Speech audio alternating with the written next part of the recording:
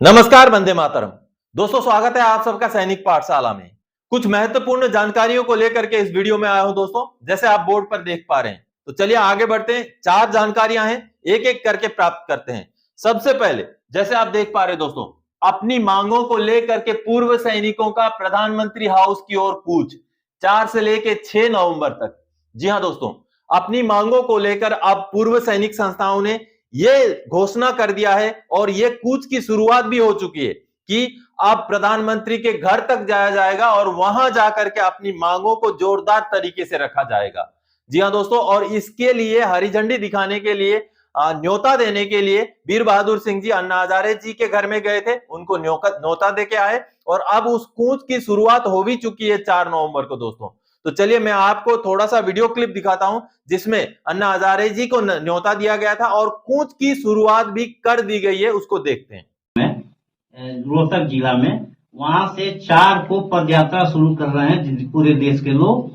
6 को दिल्ली पहुंचेंगे और 6 को शहीद स्मारक से प्रधानमंत्री के घर के लिए जाएंगे। उनको एक चिट्ठी दे के आए हैं कि हम लोग आ रहे हैं, आपका जो घर है फिल्म हीरो हीरोइनों के लिए खुला है, क्रिकेटरों के लिए खुला है, लेकिन देश के सैनिक, साधारण सैनिकों के लिए नहीं खुला है।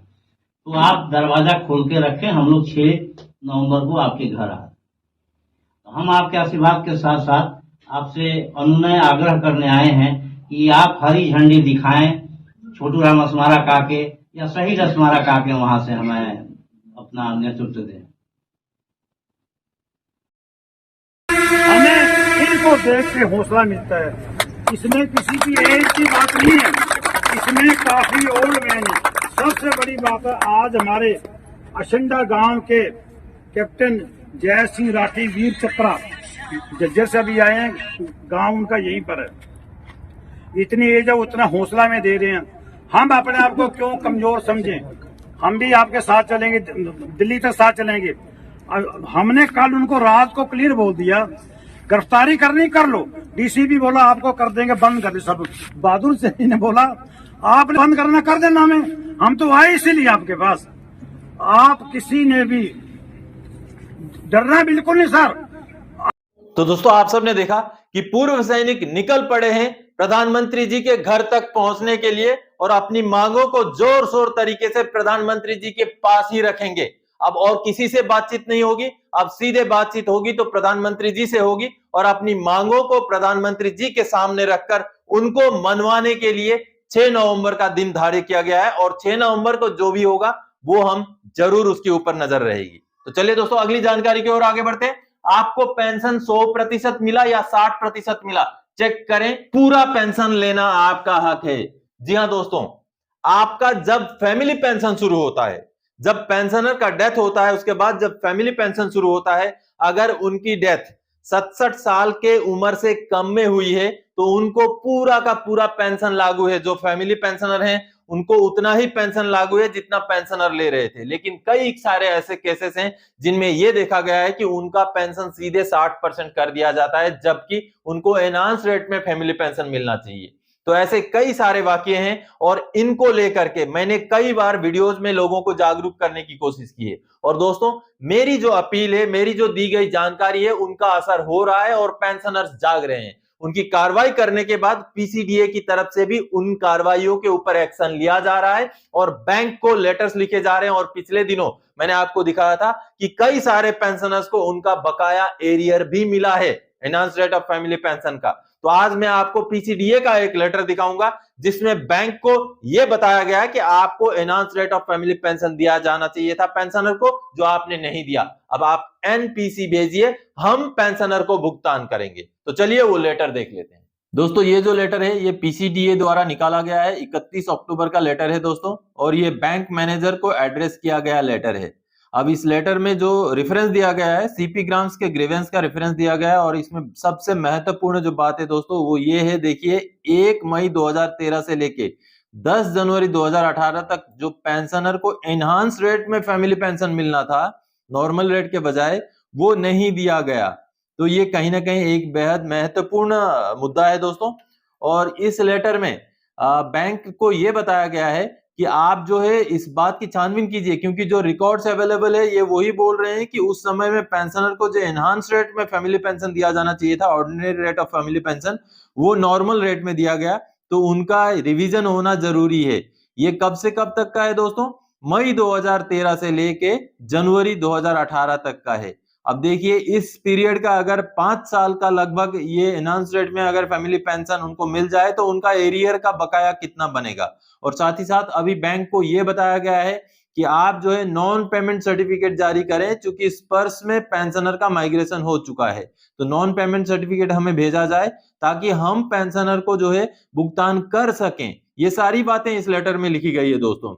और अंतिम में जो है पेंशनर को भी इस लेटर का कॉपी देते हुए पीसीडीए ने ये कहा है कि आप भी जो है बैंक से लाइजन कीजिए और वहां से नॉन पेमेंट सर्टिफिकेट इस ऑफिस में यानी कि पीसीडीए में भिजवाएं, ताकि हम आपका भुगतान एनहांस रेट के हिसाब से फैमिली पेंशन कर सकें। तो दोस्तों आप सबने देखा कि अगर आपको भी कहीं enhance rate of ordinary family pension मिलना था लेकिन नॉर्मल रेट में मिला है, तो आपको भी जागने की जरूरत है, कार्रवाई करने की जरूरत है आपका हक का पैसा लेने के लिए।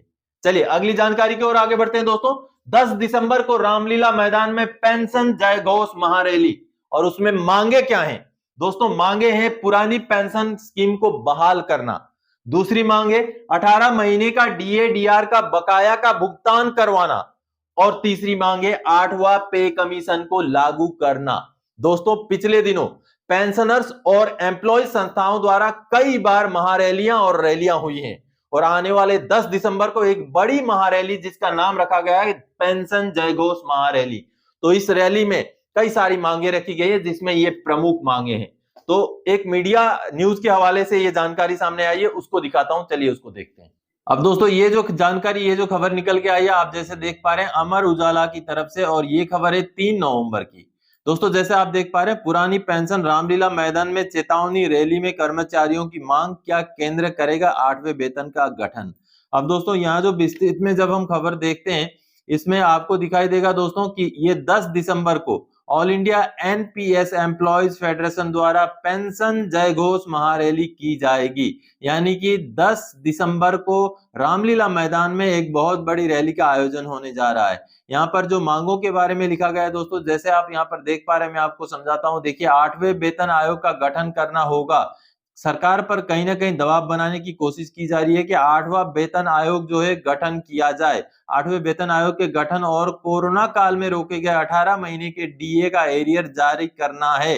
इन मांगों को लेकर के जो है, जो भी एम्प्लॉइज के जो ऑर्गेनाइजेशंस हैं, जो भी पेंशनर्स के ऑर्गेनाइजेशन हैं, वो लगातार सरकार के ऊपर दबाव बनाने की कोशिश किए जा रहे हैं। और दोस्तों इसके ऊपर 10 तारीख को 10 दिसंबर को एक बड़ी रैली रामलीला मैदान में आयोजन करने जा रही है। पेंशनर समाज और जो एम्प्लॉइज, केंद्र सरकार के एम्प्लॉइज हैं, उनके ऑर्गेनाइजेशंस साथ में मिलकर। चलिए अगली जानकारी की ओर आगे बढ़ते हैं दोस्तों। पीसीडीए का पेंशनर को लेटर, आपको ओआरओपी का एरियर का भुगतान बहुत जल्द करेंगे।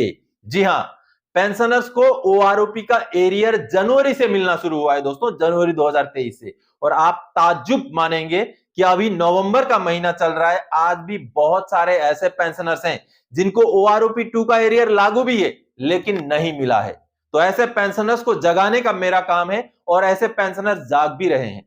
जब पेंशनर सीपीग्राम्स में ग्रीवेंस डाल रहे हैं या किसी और माध्यम से पीसीडीए को ग्रीवेंस डाल रहे हैं, तब जाकर के पीसीडीए भी जाग रहा है, और पीसीडीए की तरफ से पेंशनर्स को लेटर जारी किया गया है दोस्तों कि आपका ओआरओपी का एरियर बनता है, आपको हम बहुत जल्द उसका भुगतान करेंगे। चलिए उस लेटर को देखते हैं।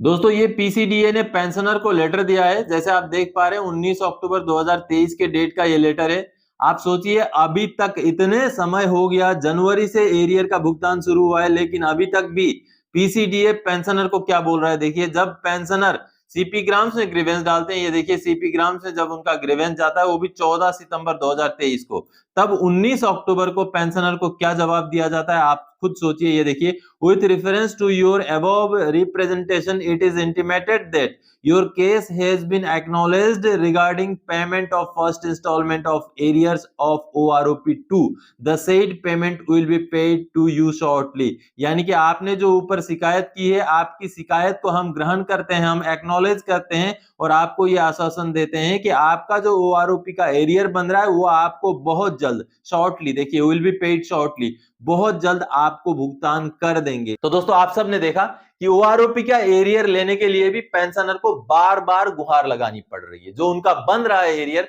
तब भी। तो दोस्तों आज के इस वीडियो में इन्हीं जानकारियों के साथ आया था। आगे और कोई जानकारीदायक आपसे सरोकार रखने वाला विषय लेकर मैं फिर से हाजिर हो जाऊंगा। तब तक के लिए जय हिंद दोस्तों।